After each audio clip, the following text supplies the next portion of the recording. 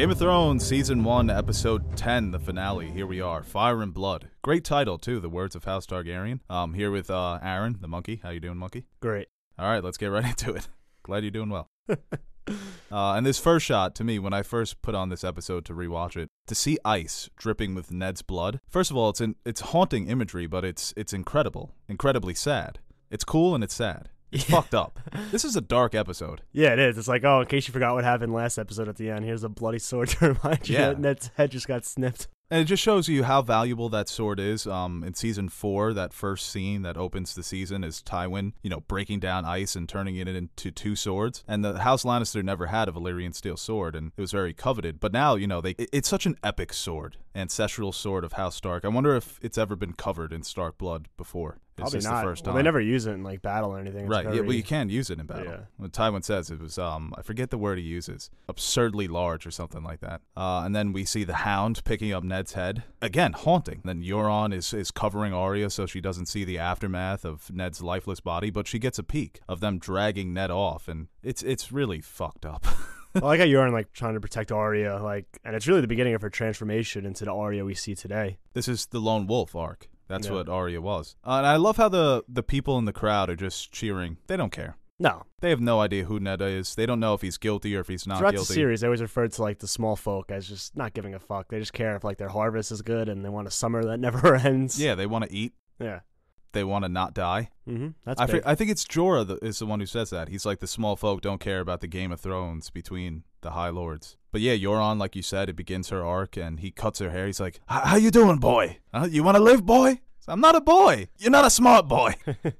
It's that respect that Euron has for House Stark. And here in this scene, we see Bran having the visions of Ned in the crypts. Once again, it's the three-eyed raven showing him what's going to happen in the future. And I guess it's the first confirmation we have that Bran has some sort of magical ability, because his visions come true. Yeah, it's a first glimpse at his prophetic Green Seer ability. And Rickon, too. Yeah, that's cool that they kind of hinted that Rickon's got it going on as well. Yeah, very mildly. I think he has, obviously the warging. Maybe not in the show, I'm not sure. They never really fleshed out the other characters, the other Stark children's ability to warg. Maybe they were going to? Maybe, yeah. Maybe that's what this Rickon thing... A lot in the earlier seasons, you can tell that they're maybe trying to set up another thing, but they cut it out when they eventually get to that plot point later on. But it could just be what, Osha tells them, they both missed their father, and it's only natural to dream about them. And well, I think Rickon specifically says, yeah, it could be. It's ambiguous, but because they say a warg is 1 in 1,000, but then a warg in a Green Seer is 1 in 10,000. So it's very rare. So what are the chances that both Bran and Rickon are both wargs and Green Seers? I always go back and forth on if I wanted all the Stark children to be wargs. I kind of like that they made it unique to Bran in the show. But even in the books, it is still very much unique to Bran because he's clearly the most powerful warg of all time. Yeah, and then Jon and then Arya and Robb have the dreams. Right. Robb has that conflict. Well, Jon is told by oral, I think. Yeah. It's like, oh, you're a warg. You're Jon's a warg, Jon. Yeah, I guess so. Go to warg school. But this is sad, too. It's Osha trying to tell him, you just miss your father. And then that one line that Maester Luwin says, Bran. And right there, they both know what has happened. And to be a kid that young to lose your father, it's tough. And we also see in the next scene where it's Catelyn, with that tracking shot where she's walking throughout the camp and all the men are saying my lady and they're showing their respects, and Catelyn really has to keep that stern face not to show how much this is affecting her. But when she gets alone, she finally breaks down, and then she sees Robb, and this always breaks my heart, man, when Robb's banging the sword. And he looks over and you can tell he's just been crying all day. Yeah. And he looks over. It's so sad. Such a sad scene. And I like how Robb's first thought is revenge. He just says, I'll kill them all, and Cat kind of tries to rein him in, saying, oh, they still have Sansa and Arya. I guess that's also the beginning of Cat. Well, what your mother should is her first worry to be her daughters. That gets her into a little trouble later on, but whereas Robb just is hungry for revenge, Cat cognizant of the fact they still have Arya and Sansa in King's Landing and they need to be careful. Yeah, it hints at Catelyn's weakness too, because they use this against her, the fact that she wants her daughters back. It's not about, I guess it is revenge too. They want to kill the Lannisters, make them pay, but top priority is getting Sansa and Arya back. Just to go back to Robb, you see the look of sadness on his face. Robb and Ned didn't share a single word in Season 1 at all. They never even talk, yet you can still feel how important that relationship was to both of them. In the later season, Robb says, I know a lot of little boys probably consider their fathers to be heroes. And his wife, Talissa, says, not all boys. You could see that relationship that they had together, how important Ned was to Robb. And Robb and Jon, they become really the embodiments of what Ned was as a person. And in this next scene, we see Joffrey being sung to by the singer. When I first saw this, I was like, what's going on here? I was like, is he enjoying this? Like, does he want to hear this? But then I realized it was punishment that he had been caught singing this song. I mean, it really hammers home, like, the kind of person Joffrey is, like, a bit of a douche that we've seen him throughout the season. And obviously what he did for Ned was just, you could play it off as just him being stupid. But this is, like, the more sadistic side of Joffrey that we haven't really seen. Now he's got power. Yeah. Now he can do anything he wants. They alluded to it, but this is like the first like truly sadistic thing he did, just ripping the tongue, making him choose between his finger and his tongue. What are you taking? I was thinking about this. Is it both hands fingers? That's I think so, yeah. Okay. But I have a lovely voice. I don't know. I think I'm taking tongue. Yeah. Yeah, I think I'm taking tongue. Well, the thing is, back then, I don't think they had sign language, so. Just as long as we keep it above the waist, I'm fine. And this is the first time we see Joffrey kind of torture Sansa. He was a dick to her in the past, but this is the first time where he takes her to see Ned and Septim Mordane's heads on spikes. And this is haunting too, because they did a great job of recreating Ned's Sean Bean's head. But it's just so disturbing to make a 12-year-old girl stare at the head of her father that's been chopped off. It's really showing the sadistic side of Joffrey. Like, he's taking pleasure in it. And he's so nonchalant about it, too. Like, he's talking about putting a son in her. And he's like, oh, by the way, there's your dad's head. Oh, yeah. Look at it. I'll give you your brother's head in time, too. And then Sansa has that great line. He's like, maybe he'll give me yours. And this also shows, too, that Joffrey never did his own dirty work. He's like, my mother said it's never good for a king to hit his lady. Ser Meryn slaps the shit out of Sansa. I'm so glad that he was fucking brutally murdered by Arya in season 5. I hate Ser Meryn. Yeah, it's such a dark scene, even for Game of Thrones. And I love the Hound swooping in last second. Well, Sansa was going to push him off the fucking ledge. It would have saved a lot of lives. The Hound maybe should have let her do it. Yeah. But it kind of it's that first step in their relationship, that weird, awkward relationship between the Hound and Sansa where... Yeah, it's like he has this soft side, but then he doesn't. Yeah, like he knew about what she was trying to do too, and he's like, word of advice, just listen to what he says. Yeah, save yourself some pain, child. And I've been wondering too, after watching this episode, what's a better scene, when Robb is crowned King of the North? I know where you're going. Or Jon. I think Robb. I think Jon. Yeah. I just think the Lady Mormont speech is better than... Great Jon Umber gives a great speech here too. When they're talking about who they should side with, Renly or Stannis, and Great Jon Umber just spits on the ground. It's like, it's the dragons we bow to. I like this one because it's such a great payoff from last episode when the shocking thing happens and Ned is dead. And you're like, oh wow, and now Robb's named King of the North. It kind of moves you forward so hard in the season 2, like, all right, we're back. Like, the North is about to get together, they're about to go to war with the Lannisters, revenge Ned. And it's just that moment of hope, I think, right after such a depressing and shocking event that happened in the following episode. This is the first Northern king since Torrhen Stark, the king who bent the knee to Aegon the Conqueror. And I didn't like in season 7 when they talked about Jon's successor, that his successor was Torrhen. Like, no, his successor was Robb. Robb was the previous king. So it's the first Northern king of 300 years, and like Great Jon says, they bowed to the dragons, but the dragons are dead. It seemed that Robb was going to side with Stannis. That's where it looked like it was going, that he was going to join his forces with Stannis. Yeah, and you see when all this is happening, when all the lords are declaring Robb the King of the North, Cat kind of has that... She looks a little concerned. It's so much for her to take in and put all this pressure on Robb. He does look very kingly, though. Oh, yeah. I love the way he stands up. He's like, I know what's about to go down. And Theon, shut your mouth. Are you my brother? And then Cat visits Jaime, and I love this scene. I think it's one of the most fascinating scenes, too, because you can tell, like, Jaime's such a dick, but you can kind of see how... He's playing a role. Yeah, but you can He's see... playing up to it. But you can see how it could be likable later on, because he's very, like, almost Tyrion-like. And the audience sees Jaime in this context as being a bad guy, so it doesn't come off the way that it does with Tyrion. Quick whips and, like, the comments he makes. Obviously, we're going to root for Cat in this situation because of what just happened in Ed, but I don't know, you can kind of see it too. And when she leaves him at the end, you can see he's almost sympathetic to Cat. He kind of like looks down and he's kind of just... He looks like a man in conflict with himself. Yeah. It's like he almost regrets what he said to Catelyn. You know, the first line he says, "Why did you come? Is your bed lonely? You know, like, get me out of these chains so I can help you." That's like a Tyrion thing to say, too, yeah. But it's just in the way the context is, it's obviously framing Jaime as a bad guy. But you could see, like, his quick remarks and his natural charisma. Like, looking back from the later seasons when we liked Jaime, you can kind of see a glimpse of that. He's got some pretty good lines, too, about the philosophy of the gods in Westeros. You know, he talks about, you know, where were your old gods when Ned was getting his head chopped off? If they're righteous and just, why didn't they save him? And Catelyn has the line, because of men like you. And he's like, there are no men like me. Sounding like Loki. Not to men like you. There are no men like me. There are always men like you. Look The to your Avengers, elder or people. Rocket in Guardians of the Galaxy.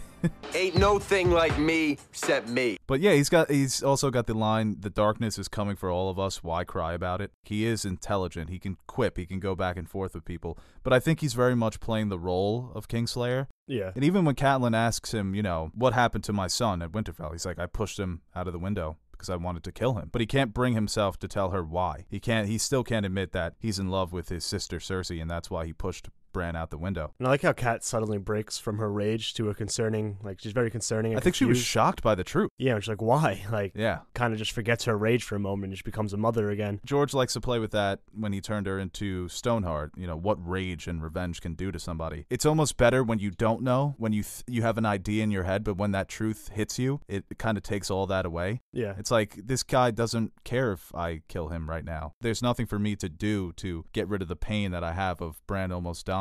You can't fight that ghost anymore because the ghost just became real. It's right in front of you. So, yeah, like you said, when she drops the rock and she loses all that rage. In this next scene, I love it, too, when Cersei's with Lancel, and it's kind of like the diet Jaime. It's like a poor man's Jaime. Just completely using this kid for no other reason. And he has the line, he's like, oh, war is so exciting. Was it this exciting last time around? But the truth of war really hits Cersei in this scene because her brother's in danger. Kind of just like, all right, shut up, Lancel. Yeah. You're only here for one reason. Well, that's her ticket, too. It's Jaime, and then it's her kids. And even going back to the Joffrey scene when he's... And Moonboy. Yeah, and Moonboy, right? Yeah, and Osmond Kettleback. Going back to the scene when Joffrey is done torturing the singer, he kind of just gives the crown to Cersei. You can handle the rest, mother. So that's really Cersei's claim to power, is Jaime and her kids. And when she finds out that one of those lifelines has been captured and could be destroyed, you could see the look on her face that she's genuinely concerned about her brother's health. One of my favorite scenes of the season, the Lannister War Council. It's fantastic. Well, it's very clear that Tyrion's the smartest one in the room, aside from Tywin. I love that when he knocks over the cup. He's like, Yeah. we should sue for peace. There's your peace. And I think Tywin realizes what he has in Tyrion, but I don't think he can ever just get over the fact that He can't embrace him. no. It's Joanna, right? I think Yeah. he just blames him for Joanna. Yeah, and it's clear, like I said before, he's the smartest one in the room when it comes to this stuff. And you can even tell, when he has that fit of rage when he says, they have my son. That's what he's really concerned about. It's the heir to the Lannister family. That's when shit got real. Tywin was one of the men doubting Robb Stark, and even Tyrion says in the scene, perhaps he's not as green as we thought he was. Tywin kicks out all of the other generals and all of the other members of his family, but not Tyrion. And I love how Tyrion grabs for the cup, and instead of Tywin taking it away, he pours it for him. So right there you can see that, Tywin's showing a little bit more respect for his son. Yeah, it's a nice moment, too, when he names him the hands, like Tyrion. Look at the look on Tyrion's face. He's shocked. It's like, why not my uncle? Why not anyone? Why me? You're my son. That's probably the first time Tyrion's ever heard that from his father. Well, yeah, and I think Tywin recognizes that Tyrion is more capable than Cersei and Joffrey. Do you think Tywin loved him in that moment? I think it was more That's the closest it ever came to them. I don't know if having it was a lot. It was just like, I think for the most part he's a reasonable man and he knows what the smart move is. I think he knows that Tyrion he'll be the best fit to go back and kind of whip Cersei and Joffrey into shape rather than Kevin, who's kind of a pushover. And Tywin's never kind of been a back patter. He's never like a cheerleader. He's never like, rah, rah, you did a good job to anyone. It's like, this is what you have to do. You do it, and then you're done. I mean, he doesn't have to like you to respect what you're good at. Even complimenting him, he's like, I always thought you were a stunted fool. You had to throw in stunted. Couldn't have just said fool. Fucking dick. I love Tywin, though. We talked about how Bran's magic was on display in this episode. I always wondered, was Miri lying about Daenerys' son with the scales and the wings? And because people always go to this when they talk about how the Targaryens share dragon blood and that this could be evidence of that. Obviously, we never see the baby's body, but that it was born half dragon. Yeah, I'm not sure. It kind of just might have been her just exaggerating. Yeah, and it could have just been an isolated incident due to the fact of all the blood magic going around, and it wasn't just a normal birth. If this never happened and Miri never, sabotaged Cal's wound and she just gave birth like she was supposed to, I don't think it would have been a dragon baby. It would have just been Rhaego. And when Daenerys wakes up and she's asking Jorah what happened to my son, this scene when I rewatched it, it reminded me of Godfather Part 2 when Tom is asking, when Michael is asking Tom about his son when he found out that Kay had a miscarriage, and Tom is like reluctant to answer the questions because it's an awkward conversation to have, and Michael's like, why can't you give me a straight answer anymore? And Daenerys is like the same way. She's enraged. And then she also finds out about what happened to Drogo. She's like, what did I buy with my son's life? And the philosophy of what Miri says, that we find out that Drogo has been turned into a vegetable, her whole philosophy is, what is life worth when everything else has been taken away? And she talks about, before Cal's men raped me, I had been raped 3 times before you actually said anything. My village was destroyed. A boy that I helped come over a fever was killed. He was beheaded right in front of me. Even though Daenerys hates the witch, I think it teaches her a valuable lesson when she becomes a conqueror, that it's not about destroying cities when you take over them. It's about liberating them. It's about making them better. It's more than just being a conqueror, than just destroying. It's about creating something new. From Miri's perspective, you're just taking revenge on what happened, and she doesn't do anything, then it's just going to be more of the same. And Daenerys makes the decision to suffocate Cal. Tough decision to make, It's the end of her relationship, the end of that arc for Khal Drogo, obviously. And it just shows the strength of Daenerys, because I don't know if many people would be able to make that decision, especially somebody in her position. She's in such a vulnerable position at this moment. She's basically getting rid of her lifeline. It's the end, too. And I think Jason Momoa did a great job as Khal Drogo. I think they got lucky where they struck gold with a guy who could potentially be an A-list Hollywood talent. We see him getting more roles. I think he was great as Khal Drogo. I mean, I saw the first season first, then I started reading the books, and all throughout, with certain characters, I would keep, when I'm reading, I would keep to the show. And certain, I would kind of take what the book describes him at. But for Khal Drogo, it's the same throughout when I'm reading the first book, again, it's Jason Momoa. Anytime a character does that, they just embody the character, and I can't picture anyone else playing that role. He might be the best casting, I think, out of all of them. Maybe Tyrion. Well, in the book, I read Tyrion as how he's described in the book. It's Me hard. too, It's yeah. hard not to get. Well, Tyrion in the book, they always stress how ugly he is. Yeah.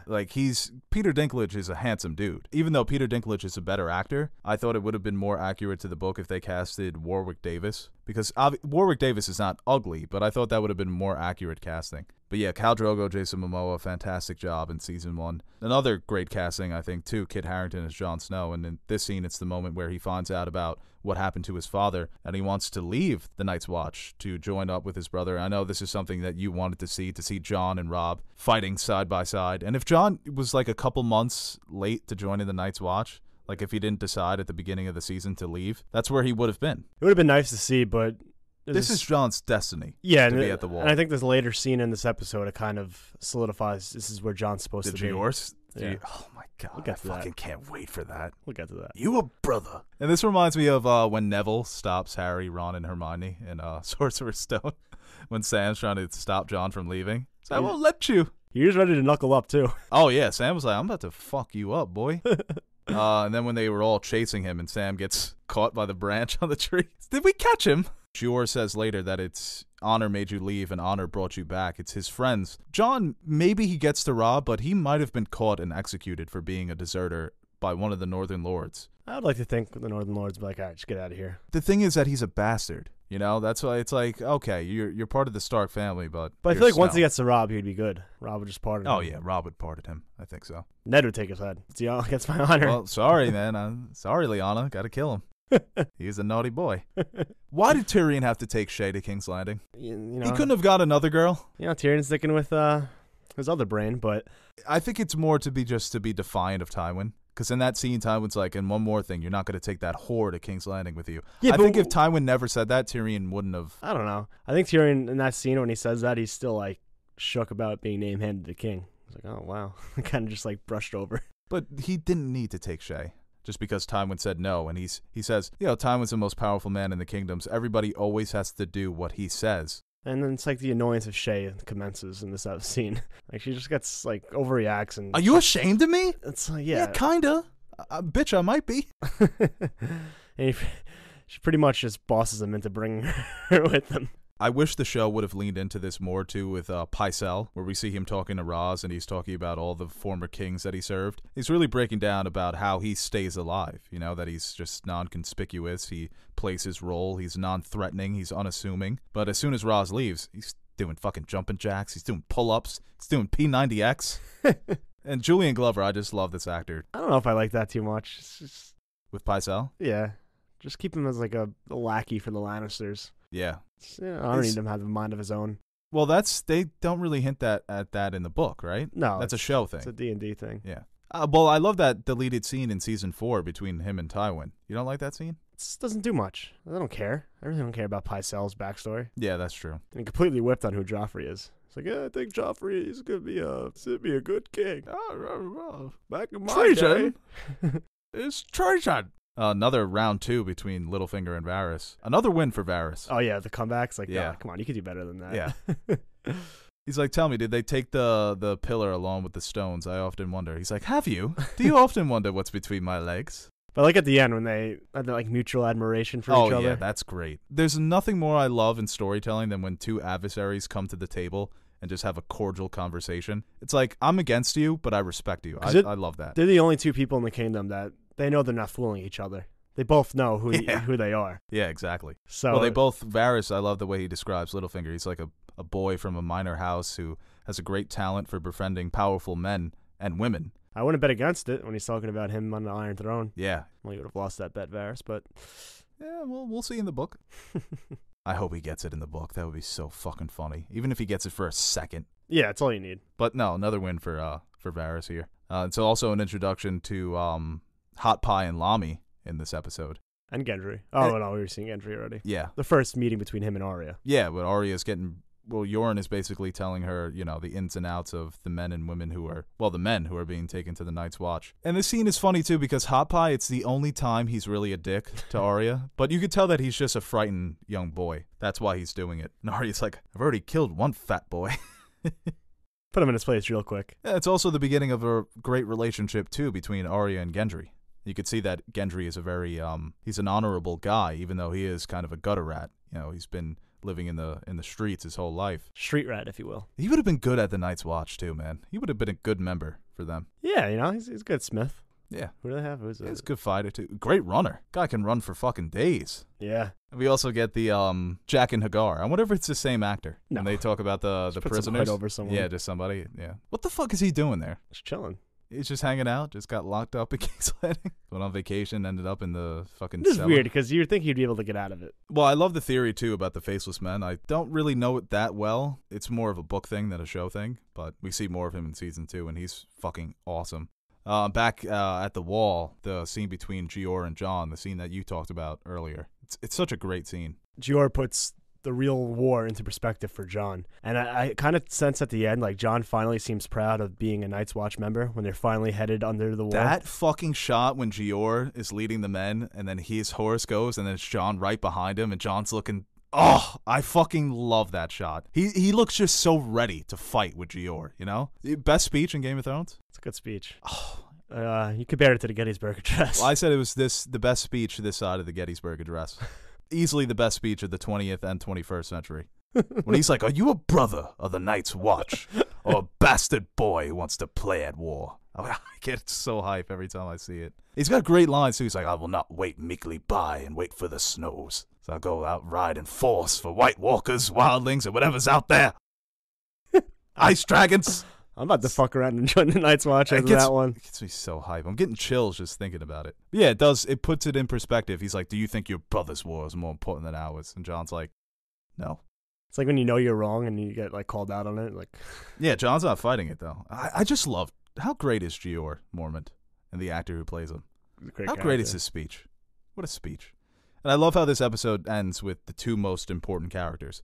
It's Jon finally coming into his role. And then it's Daenerys. This is arguably the best scene of season 1. Yeah, it really sets up season 2 too, because it just adds a whole new element to the show. And Daenerys at her lowest point, basically Khal Drogo and Khalasar was the only chance she had of fulfilling her destiny of going back across the narrow sea and taking the throne. And it's all taken away from her, and now she has this new life pretty much with the 3 dragons. And what I love about this too is how subtle the magic is, because they never even say in the show that she saw it in a dream. In the books, she says, you know, I saw it in a dream that I would burn the funeral pyre with Drogo and Miri and the dragons would hatch. You know, she saw it in a dream. But it's very subtle in the show. You know, I always felt like this is just like a 1 in 100 billion chance that she got the dragons to hatch. Well, in the show, it's more of just, what else do I have to lose? Like, always had this, maybe a feeling, maybe she had the dream. Like, Yeah, they hint at it throughout the season. Yeah, one, like too. she's not, fire doesn't phase her. And it's more of mixed out with kind of, I guess, more of blood magic with burning Miri at the stake as well, along with Drogo. That's a great line, too. She's like, you won't hear my screams. I will. It all culminates into one perfect dragon birthing ceremony. Yeah. Aegon the Fifth could have learned a thing or two from her. He burned down Summerhall. So it's the successful version of Summerhall when they got the 7 eggs. And yeah, it's a great scene, too, because from Jorah's perspective, it's like, oh my God, she's about to kill herself. Like, what the hell is she doing? And everyone's just like going to sleep. Like, yeah. No, I love that, too, when they all wake up and the Dothraki are like, what happened? That's a great shot. Yeah. Very empowering, too, to see her and dragons crawling around her body, and Jorah's got that great line, blood of my blood. I would have done the same shit. I would have been like, oh shit, she's the queen. Yeah. I'm riding with her for the rest of my life. I remember like getting ready for season 2, and it was like on Facebook, someone like posted, it's like, oh, it was either getting ready for season 2 or season 3. I think it was season 2, but someone posted like, oh, Game of Thrones coming back tonight. Can't wait for Khaleesi's dragons. They're going to get big and take the Iron Throne. I'm like, oof. You're about 5 years too early on that one. Take a seat, buddy. It's about time we had this talk. It changes the world of Westeros. Well, yeah, the pieces are in place now for the War of the Five Kings. Right. Robb's King in the North, Renly and Stannis have their armies. You have Tywin and King's Landing and Daenerys off in Essos with 3 dragons now. I know a lot of fans complain about Emilia Clarke's acting, but I feel like in this scene she's lights out. Throughout the whole season, I thought she was great as Daenerys. I think it was easier for her to play Daenerys in this first season because Daenerys is obviously a character that's very vulnerable and innocent, but she grows into this character that becomes self-dependent by the end of the season, especially in this moment. And I think just her on-screen charisma in this scene is incredible. She looks so powerful and commanding that she is going to be the head of this new Khalasar that she has formed, this baby Khalasar, really, because season 2 is such a struggle for her. But I thought she was great in this scene, and I thought she was great throughout the season. So what would you give this episode out of 10? I think it's another 10 back-to-back. Yeah, 10 out of 10. Such a great episode. I think it might be the best episode of the season. It does a great job of taking what happened in episode 9, the shocking moment, and giving you some hope with the Robb, King in the North stuff. And it does a great job of reflecting on that, but also setting forward what season 2 is going to be. Can't wait for season 2. Stannis the Manus. Hey guys, thank you for watching this video, and before we go, I want to quickly thank our Patreon supporters. Without your support, we wouldn't be able to grow and evolve as a channel, so thank you for your generous pledges. If you are interested in supporting our channel through Patreon, visit www.patreon.com/nerdsoup, and you can see the different rewards we offer to our Patreon supporters. T-shirts, mugs, stickers, access to our behind-the-scenes video, and more. Thanks again for watching this video, and make sure you like, share, and subscribe to our channel. Or dislike, don't share, and unsubscribe. It's a binary world, folks.